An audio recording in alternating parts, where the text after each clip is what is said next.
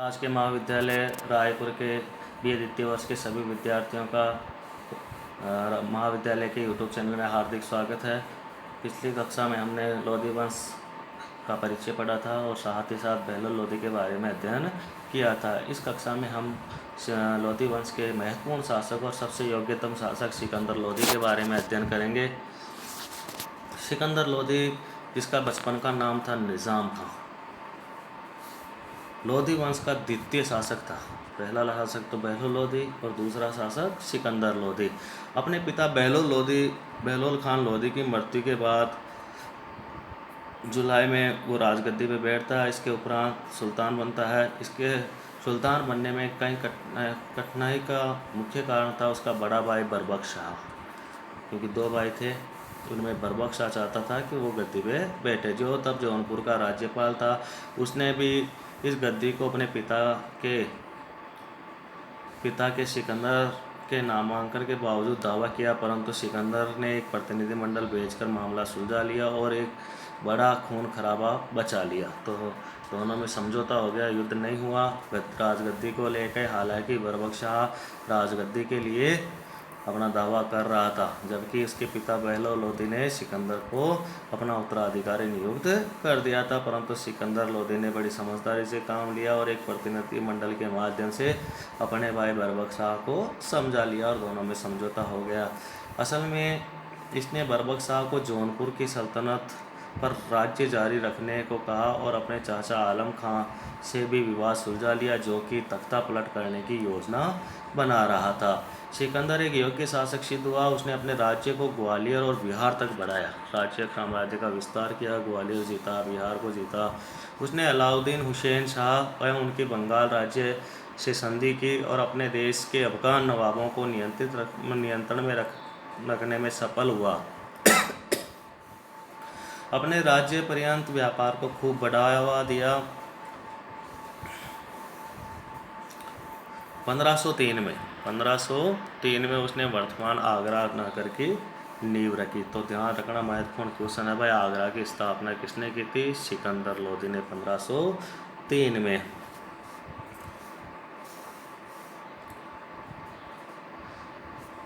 उसके शासनकाल में कुछ महत्वपूर्ण कार्य हुए। पहला, उसके आदेश के ऊपर संस्कृत के एक आयुर्वेद ग्रंथ का फारसी भाषा में अनुवाद हुआ, जिसे फरहद सिकंदरी कहा गया। उसके फरहद सिकंदरी के नाम से उसका अनुवाद हुआ। उसने मुसलमान स्त्रियों को पीरों की दरगाहों पे, संतों के मज़ारों पे जाने पे प्रतिबंध लगा दिया, क्योंकि ये कट्टर मुसलमान था और सूफी संतों पे इनका विश्वास नहीं था। मुसलमानों को ताजिया निकालने पे प्रतिबंध, क्योंकि ताजिया शिया मुसलमान निकालते हैं, और क्योंकि सिकंदर लोधी सुन्नी मुसलमान था, इसलिए उन्होंने ताजिया निकालने के ऊपर प्रतिबंध लगा दिया। अपने व्यक्तित्व की सुंदरता बनाए रखने के लिए वह दाढ़ी भी नहीं रखता था। बहुत सुंदर था दिखने में, इसलिए वह दाढ़ी नहीं रखता, जैसे कि अधिकांश मुस्लिम शासक रखते थे।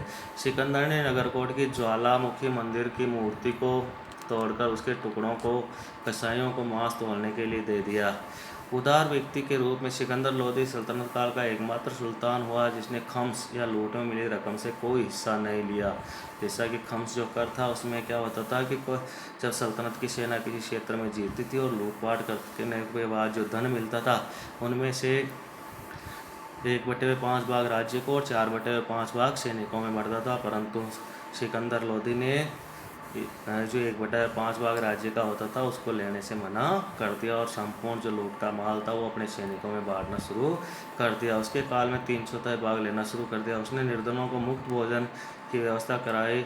सिकंदर लोधी के गुरु कबीर परमेश्वर थे। सिकंदर लोधी का कल्याण हुआ और कर लो।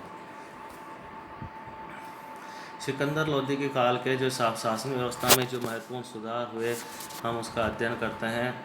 सिकंदर शाह ने भूमि के लिए एक प्रमाणिक पैमाना, जो भूमि नापने के लिए एक पैमाना बनाया, जिसको गज-ए-सिकंदरी कहते हैं। क्या कहते हैं? गज-ए-सिकंदरी। एक पैमाना बनाया जो 30 इंच का था। उसने अनाज पर से चुंगी हटा दी तथा अन्य व्यापारिक कर हटा दिए, जिससे अनाज, कपड़ा एवं आवश्यकता की वस्तुएं सस्ती हो गई। दूसरा महत्वपूर्ण सुधार, पहला महत्वपूर्ण सुधार, भूमि नापने के लिए पैमाना बनाया जिसे गज सिकंदरी कहते हैं।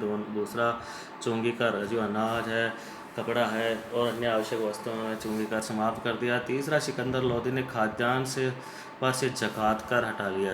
ज़कात जो मुस्लिमों से धार्मिक कर लिया जाता है उसको हटा लिया गया। भूमि में गड़े हुए खजाने में से, क्योंकि पहले राज्य का हिस्सा माना जाता था, अब उसमें से हिस्सा लेना राज्य ने बंद कर दिया।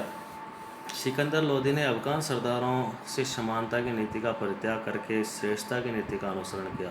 इससे पहले जो बहलोल लोदी होते ना भाई शासक, वो अपने जो सरदार थे उनको अपने बराबर दर्जा देते थे, या वो कहते थे कि जो सरदार है और सुल्तान है उसमें कोई अंतर नहीं है और दोनों समान है।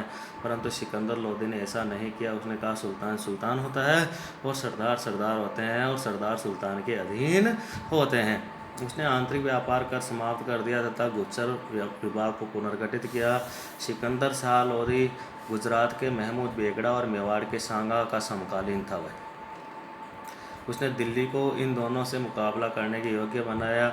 उसने उन अफगान सरदारों को दबाने की भी कोशिश की जो स्वतंत्रता के आदी थे और सुल्तान को अपने बराबर का समझते थे। सिकंदर ने सरदारों को अपने सामने खड़े होने का हुक्म दिया ताकि उनके ऊपर अपनी महत्ता प्रदर्शित कर सके। जब शाही फरमान भेजा जाता था तो सरदारों को शहर से बाहर आकर आदर के साथ उसका स्वागत करना पड़ता था। जिसके पास जागीर थी उन्हें नियमित रूप से उनका हिसाब किताब या लेखा देना होता था। हिसाब किताब में या लेखा में गड़बड़ वाले जो जमींदार या जागीरदार थे उनको कड़ी सजाएं दी जाती थी। सिकंदर लोदी को इन सरदारों को काबू में रखने में अधिक सफलता प्राप्त नहीं हुई और अपनी मृत्यु के समय बहलोल लोदी ने अपने पुत्रों एवं रिश्तेदारों में जो राज्य बांट दिया था।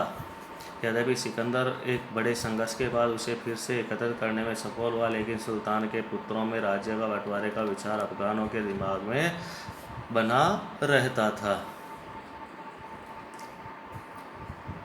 इसके बाद जो महत्वपूर्ण दिल्ली के सुल्तान हुए वो हुए हैं इब्राहिम लोदी। ये लोदी वंश के और दिल्ली सल्तनत के, लोदी वंश और साथ ही दिल्ली सल्तनत के अंतिम सुल्तान थे।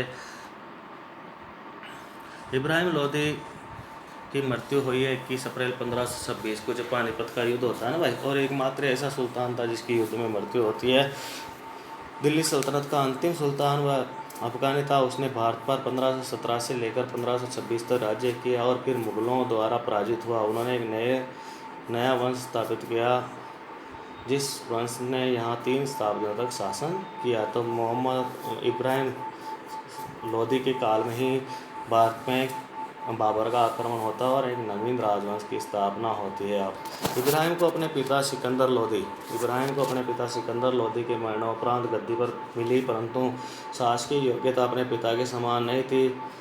अनेक विद्रोहों का सामना करना पड़ा। राणा सांगा ने अपना साम्राज्य पश्चिम उत्तर प्रदेश तक प्रसार किया और आगरा पर हमले की धमकी दी। पूर्व में विद्रोह शुरू हो गया। इब्राहिम ने पुराने वरिष्ठ सेना कमांडरों को अपने वफादार नए सेना कमांडरों से बदलकर दरबार के नवाबों को नाखुश कर दिया। तब उसने अपने ही लोग डराने धमकाने लगे। अंततः अफगानी दरबारियों ने बाबर को काबुल से भारत पर आक्रमण करने के लिए आमंत्रित किया। तो जो इसके सरदार थे, इसके अमीर वर्ग के जो वह लोग थे, वो इनसे नाराज़ हो गए और उन्होंने जो है बाबर को भारत पे आक्रमण करने के लिए आमंत्रित किया। इब्राहिम लोदी की मृत्यु पानीपत के प्रथम युद्ध में हो गई। बाबर एक उच्च कोटि का सैनिक है। अपने लोदी सैनिकों को अलग होना उसके पतन का कारण बना। हालांकि उसकी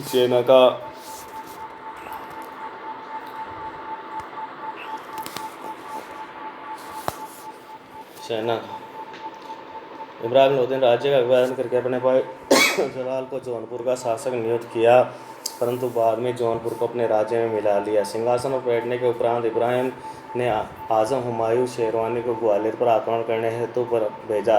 वहाँ के तत्कालीन शासक विक्रमजीत सिंह ने इब्राहिम की अधीनता स्वीकार कर ली। मेवाड़ के शासक राणा सांगा के विरुद्ध भी इब्राहिम लोदी ने युद्ध किया और खातौली के युद्ध में इब्राहिम लोदी को पराजित होना पड़ा। अंत में जो है इब्राहिम लोदी का बाबर के साथ युद्ध होता है और वो युद्ध कहलाता है पानीपत का युद्ध। कौन सा युद्ध है? पानीपत का। और उसमें इब्राहिम लोदी की मृत्यु हो जाती है। इब्राहिम के असंतुष्ट सरदार पंजाब के शासक दौलत खां लोदी और उसके चाचा इब्राहिम लोदी के चाचा आलम खां काबुल के तैमूर वंशी बाबर को भारत पर आक्रमण के लिए निमंत्रण दिया। बाबर ने निमंत्रण स्वीकार कर लिया और भारत पर आक्रमण कर दिया। 21 अप्रैल 1526 को पानीपत के मैदान में इब्राहिम लोदी और बाबर के मध्य भयानक लड़ाई हुई और इसी युद्ध में इब्राहिम लोदी युद्ध करते हुए मारा जाता है। इब्राहिम लोदी की सबसे बड़ी दुर्बलता उसका हठी स्वभाव था। उसके समय की प्रमुख विशेषता उसका अपने सरदारों से संघर्ष था। इब्राहिम की मृत्यु के साथ ही दिल्ली सल्तनत समाप्त हो जाती है और बाबर ने भारत में एक नवीन वंश मुगल वंश की स्थापना कर देता है। अब हम अगली कक्षा में मुगल वंश के बारे में अध्ययन करेंगे।